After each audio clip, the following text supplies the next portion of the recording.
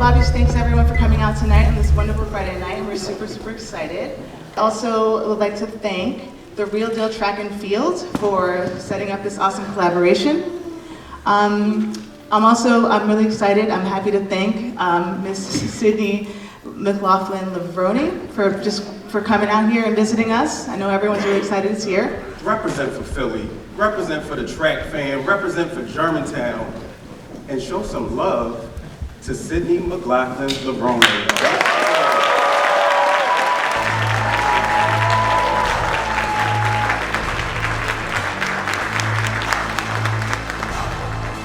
Let's get right to it. I love the part of the book where you got on social media and got to scrolling and you hit the follow button. Are you talking about Andre? Yeah, I'm talking about your now husband. Y'all better not sleep on Instagram. She found him on Instagram, y'all. Right. So you were scrolling, then you said boop, and then you waited. How long did you wait for him to respond? Well, he followed me one day, and I do my research first. So I went through the page. I didn't find any red flags.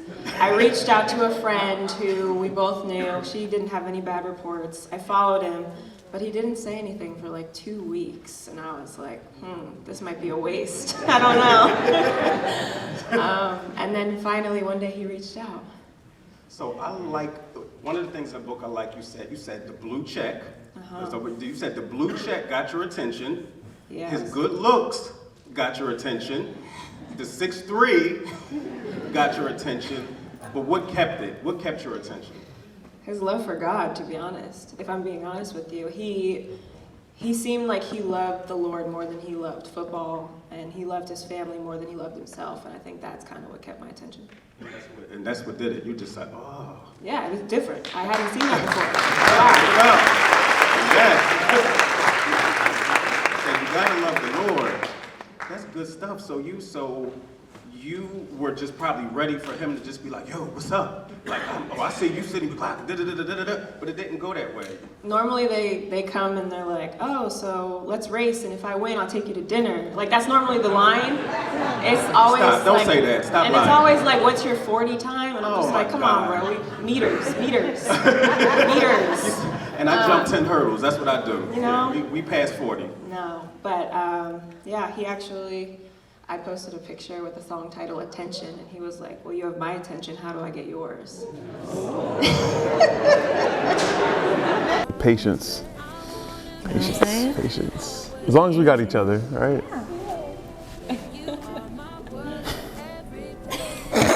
Yeah. Oh, yes, was I supposed to agree? I'm sorry.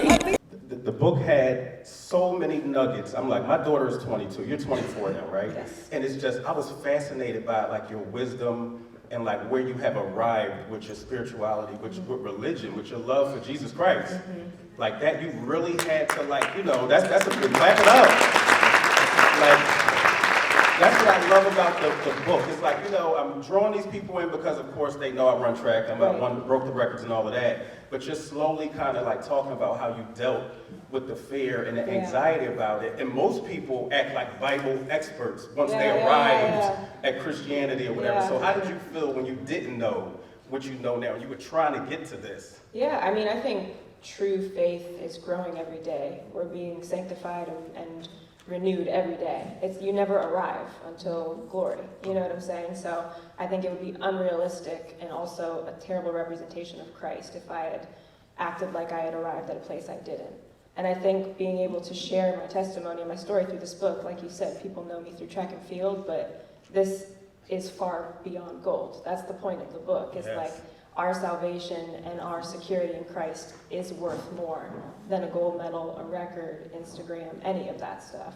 And I think, that's my goal and my aim in having the microphone after a race is being able to glorify God, not myself. And we feel that. We feel that.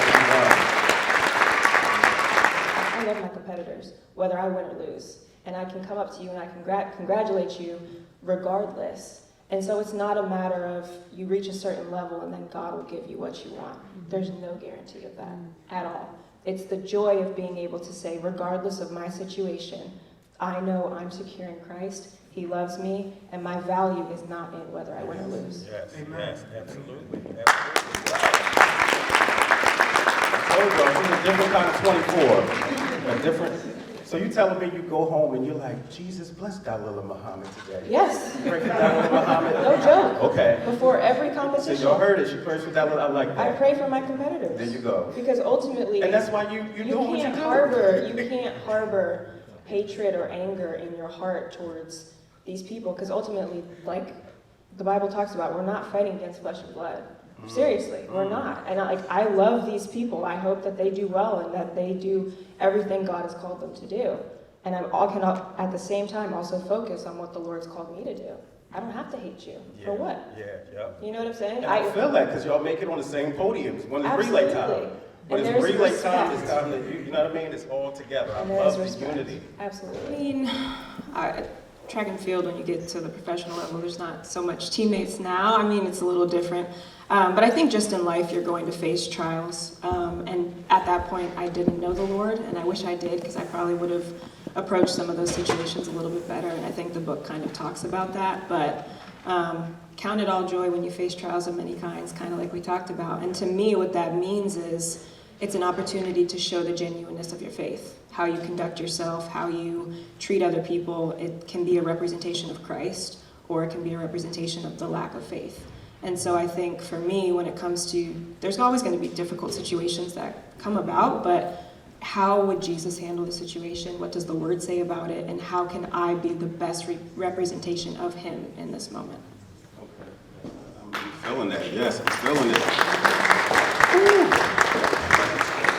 So we see you on TV. You know, we tune in and we see sometimes the camera will pan to y'all warming up. You're warming up. You're doing drills, and they say coming up next. Mm-hmm. So I always wanted to know what is going on in your headphones. Like, what are you listening to? What's your Jesus crunk music? Oh man, yeah. What is it that gets you like? Where it's like, okay, I'm ready to run. I have a Christian rapper I listen to. His name's Caleb Gordon, and his songs, they get me hyped up, but they also keep me focused on the Lord, which like is a hard balance to do sometimes. And like there is some Christian rap that is not as good. So that's kind of what I listen to, and I'll just have one song on repeat the whole time. Really? Yeah. The whole warm up. Yeah. While you're doing drills, skipping, bouncing. Yeah. Wow, that's interesting. Yeah, man. Yeah, our playlist was a little bit different at Overbrook High School. Really? Yeah. You ever heard of Luke before? You don't know Luke? No. 2 Live Crew? Okay. It's Christian a little bit because he tells you don't stop. Get it? Get it. Oh, okay. Yeah, that was us. I see you, Tracy. We was at Lehigh when we had Sony Walkmans back then. And we were getting it in or whatever. How'd you warm up? Like, where'd you put it? I'm just asking. No. She sounds like my daughter now. Genuine question. Oh my God. I handed my niece a throwaway camera and she said, "Is that a taser?" I was like, y'all gonna make me feel real old. No, we managed. We had the Walkman. We clipped it on. We put it in the puff coat and we went out and we warmed up. And we made it do, but we had different kind of music. It wasn't Christian rap songs. Gotcha. It was a little bit more crunk. So so because we have the diehards here, like we have to talk about 50.68. That is faster than most professional women run in the open 400 when they're not jumping over 10 hurdles. So what was that like? We were joking upstairs. I said, "Did you see the face of Jesus?" Because she was coming in hard. Yeah. You hit your form. You didn't break. You did everything you're supposed to do. But internally, what were you? Because it looked smooth to us, but I know on the inside. I was dying inside. Yeah, that's terrible. No, honestly, That it was on your shoulders. Boom. Yeah, obviously, me and Andre don't have kids, but I would say probably childbirth and then that race right underneath, because that was the worst pain I've ever felt in my entire life. Take a moment to savor this. We're watching a once-in-a-generation athlete performing at the peak of her powers, and it is a new world record. She has smashed the world record. How could she be that far clear from the second and third fastest athletes ever?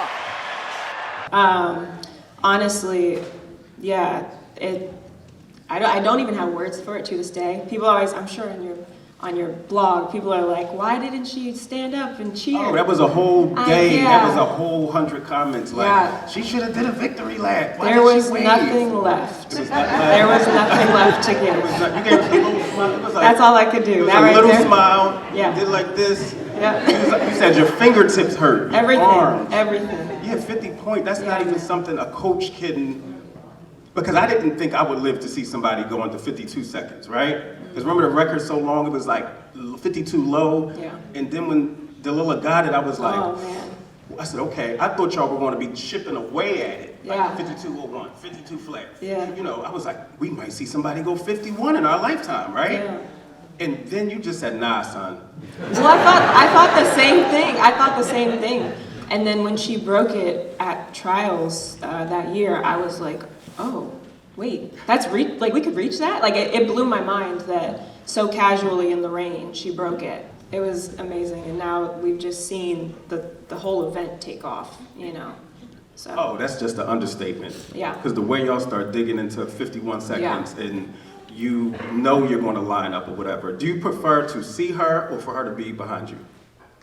Delilah gonna take it out every time. Yeah. You know, and if you want to get out, it's always great to have her out in front of you. Okay, so Yeah. that's where it's at. You can Yeah, just really get she's busy and see. insane when it comes to taking out the race. Yeah, absolutely. Yeah.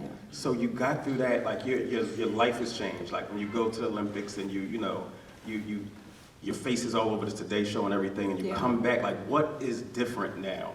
Did anything change within your family and friends, or are they just still like, oh, it's just Sydney, or?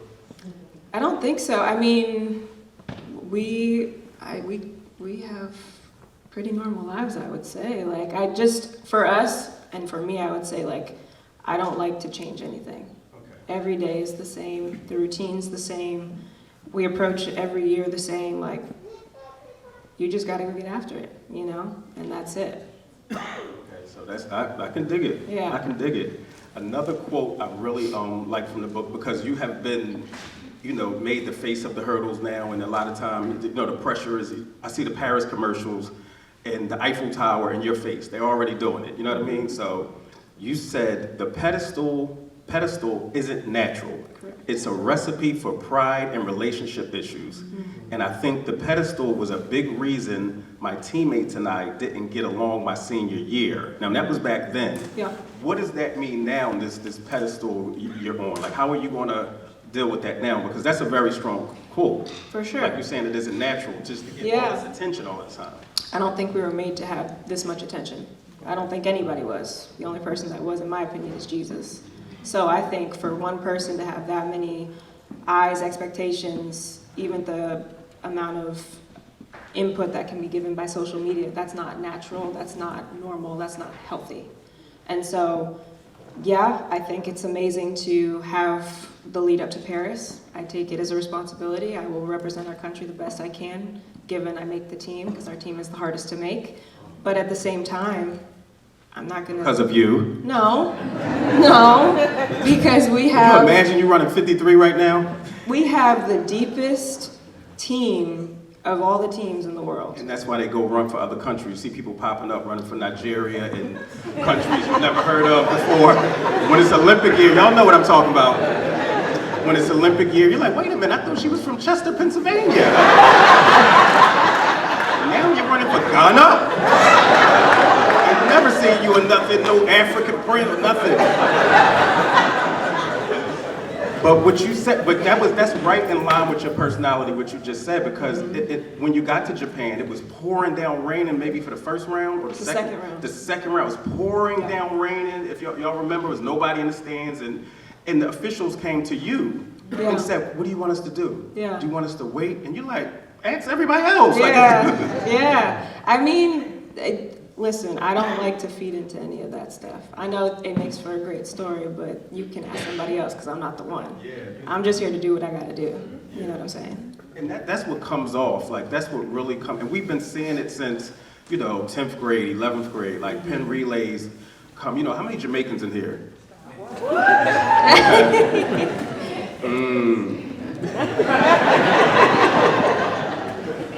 Big up to all of them in the bottom. I am Team USA all day, but Listen, but I love the rivalry, like the pin relays. Let's talk about, we're in Philly. It's great. When you were in 12th grade, you were in the fire. Oh, man. Like those Heidel girls and people splitting 52s and you. We used to be terrified. Oh my gosh. But it didn't look, did it look like she was terrified? Not at all. It just, you read the book. She said the fear, she was calling on the Lord, but whatever because you called on him in Franklin Phil because you went to work. And 50 point in high school on a split, chasing the Jamaicans when everything is like, it feels like you're in Jamaica in that stadium or whatever. So I'm sure did that add to the like, wow, like this is American meat, but it's a lot of. It kind of gives you like a glimpse of what international meets are going to start to feel like, because it's not just the Americans, you know? So this was like, that was our first introduction to competing against international teams. And we used to be so scared. We'd be so scared. Oh my gosh. We were like, you know what, let's just try to be the first American team because the Jamaicans are going to definitely beat us, you know? That was kind of the mindset back then. You still got to go watch though, because for first American team, you still get to watch. It's beautiful. But you were running, and you bring so much joy to not just Americans, obviously, when you run. You bring joy to people who love track and field, people who love the 400, because we know how hard it is. To like, we know how hard it is. Y'all ran the quarter. Not the side. You know how hard it is. So you, at one point on Team USA, split a 47-9 on your relay. Yes, make some noise for that. Because there are a lot of high school coaches in here who coach boys who will be hard pressed, be very happy to have a 47-9 split right now. Like, because we know the hurdles hurt because it looked like, but it didn't look like you were dead after that. You kind of like walked off and hugged the team or whatever. Like, what did that feel like, taking your body to that level of? Yeah, I mean, I think because of the hurdles, I was kind of primed to do that. It's just the open force, a different level of hurt, in my opinion. They're very different. But yeah, I feel like if you can get ready for the hurdles in that way, then it makes the flat a little bit easier. Yeah, for sure. Because you had you cut your season short last year, but it was a very good season. It was like quality over quantity, because you were able to run 48 open after the first race where you went out like a maniac and just was like, you was feeling it. You was feeling it. We saw that on TV. I was following instructions. Your coach told you to run like a, okay. Correct. I stopped myself. I was about to say a bad item, but we's a Christian book. So I can't say that. I said, she rolled out. I said that we were on the phone. This is, did we even say that we got this brother here right now? Amen. Ladies and gentlemen, John Drummond is in the front row.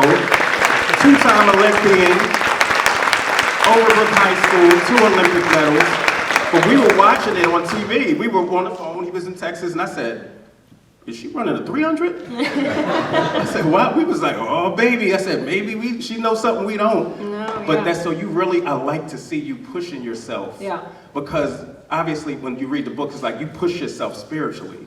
You push yourself to learn, you know what I mean, to more, you and Andre, more about the Bible, more about Jesus, but you see where it's coming together. Like, because I'm just like, you could have just sat back and chilled. For sure. But you really, really push yourself to the, where did that come from? I know your daddy was a quarter miler. Yeah. Your daddy was a quarter, is daddy here?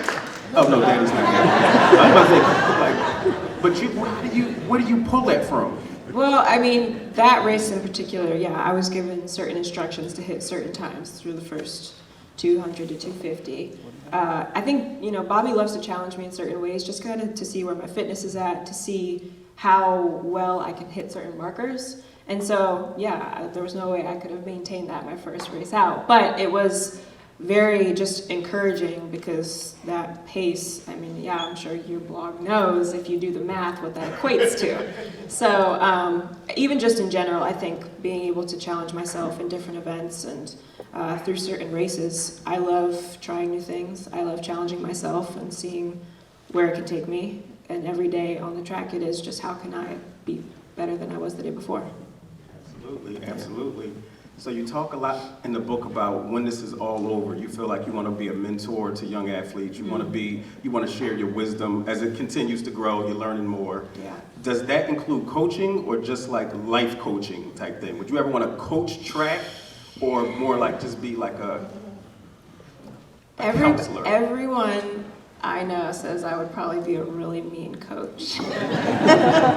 Really? Yeah, I think I don't know, maybe it's because I've done the sport, at this level, and I'm so in particular about certain things that maybe I probably could only coach little kids, in my opinion. I love to see them develop. You're really mean. No. I think that's like when they start to like learn and love the sport, but when it starts to get more technical the older they get, I think I might be too like in particular with little things.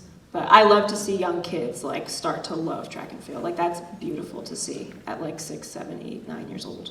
And then they take a break like you did. Sometimes you take a break. Sometimes so you tell us take a about break. 9-10. You lined up in that 200 when you were 10 years old and you got Yeah. kind of spanked out there a little Correct. bit. Got a little bit of spanked. I did. And it made you say, you know what, Daddy, I'm a dancer. Yes. So tell us, I'm not making none of this did. up. I'm not making none of this up. So tell us about Yeah. the years away, the basketball and the dancing. How did that contribute to? I think it helped develop me in other ways. Some of the skills from dance and soccer, I think, can actually translate back to track and field in terms of balance and posture and core strength, all those different kinds of things. So I'm actually grateful that my parents let me take that break because when I came back, I fell back in love with it. Okay, so absence makes the heart grow fonder, basically. That's Yeah. how it all went. Yeah. And I think it worked because soccer, we all know the endurance, Yeah. the positive, benefits of like playing soccer and running around the field or whatever. So I was very impressed by your parents reading this book because I coached for 11 seasons. I see a lot of other coaches and people who have run since they were 9 years old. Track parents can be the worst. They can be the worst, and you see it. You've seen it. You've seen like how crazy. And your dad was so laid back. Yeah. He was just like, "Oh, I want to do something else." He's like, "Okay." He's Yeah. like, "I'm done this workout. We're finished today." He's like, "Okay, let's go home." We really didn't work out. My parents, I credit them so much for letting us just be kids. And I think parents can see certain potential in their children and want to push it too soon. But you have to let them grow and develop and mature naturally. I think you can actually stunt your child's growth and ability by putting them in a professional atmosphere and workout when they're 12 years old. You know what I'm saying? So my parents would take us to the track, they would let us warm up, they would teach us how to use our arms properly and do some high knees, and then we would go home. And then I'd go to the meets and I'd run off natural strength, my natural ability, and as I got older... Like the middle school years, like around 7th grade? All of AAU through 7th through 8th grade, and then once I got to high school, then I started training with the high school team. Okay, so that was your first time like, oh, Yes. you're doing intervals now. Yeah, we ran a mile and I was confused. Yeah, going around 4 times, like, wow. Yeah. But you came along in such what they call like the golden age of Jersey.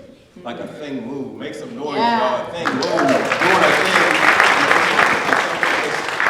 Y'all are close to the same age, same era or whatever, so it was a lot of competitive fire going on in Jersey. For sure. You were in a good place. Yeah, it's great.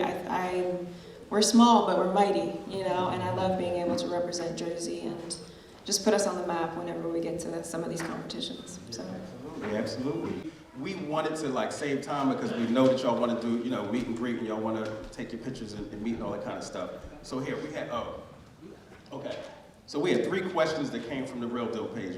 And by the way, just in case, if you're not on it, the Real Deal Track and Field group is on Facebook. So when you if you come on to join, that guy, he's a very harsh moderator.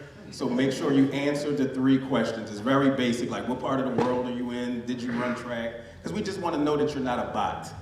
We just want to know that you're a real person. So make sure you answer the questions. It's a very, very fun track environment. We were just joking upstairs.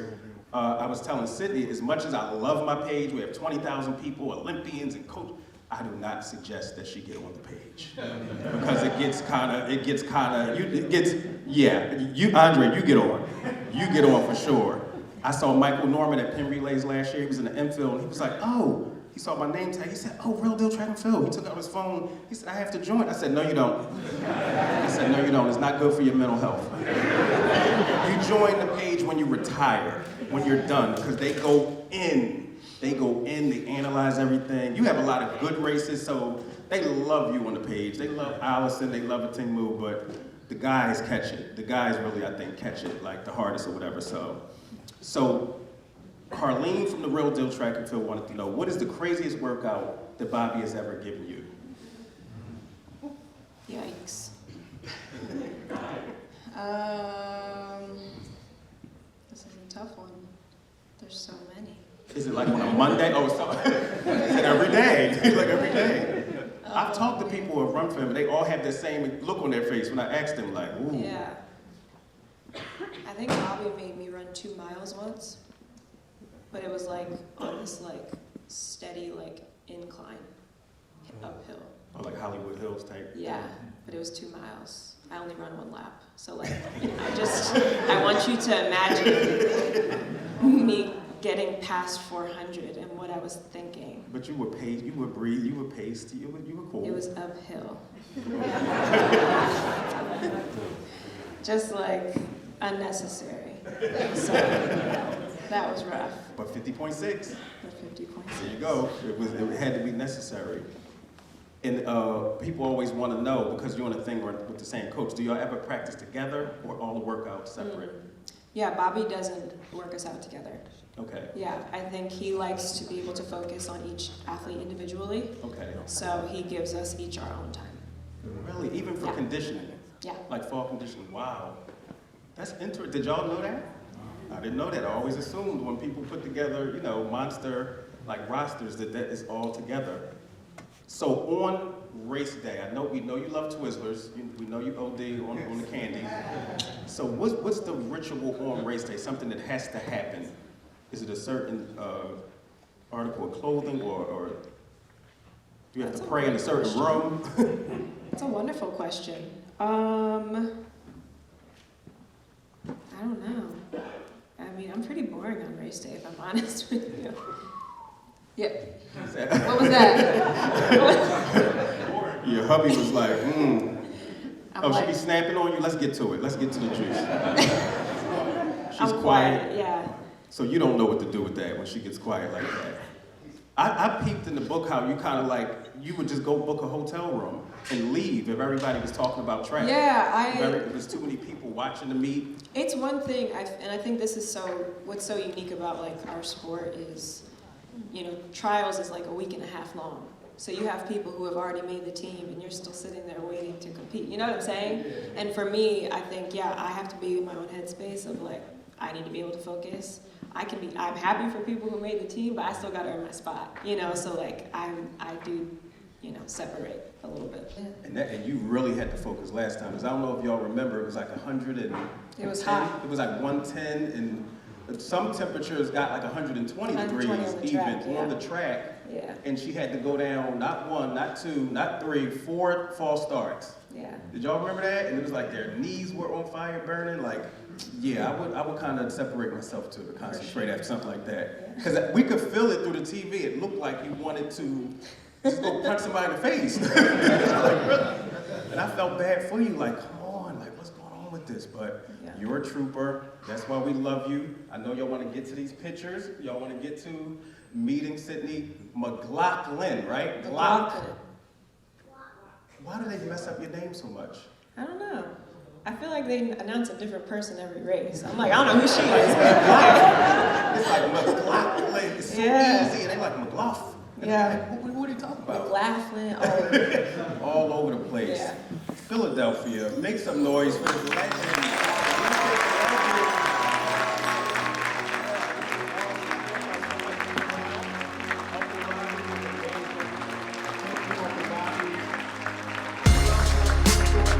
I felt very excited to meet Sydney because she was one of my favorite track athletes and I watch her all the time. So how did you feel about meeting Sydney McLaughlin?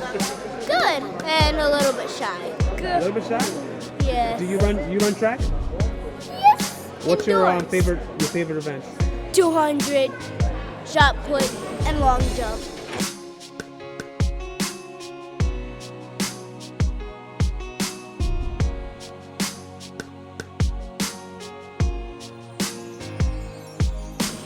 The whole round was really nice. I'm so glad to meet Sydney McLaughlin.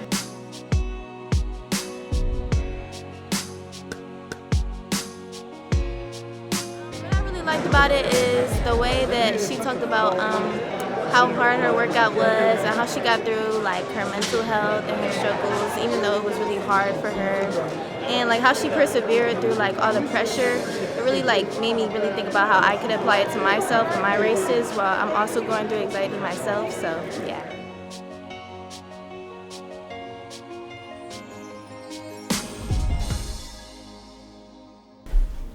Hi, I'm Sydney McLaughlin-Levrone, and you can get my new book, Far Beyond Gold, Running from Fear to Faith, out now.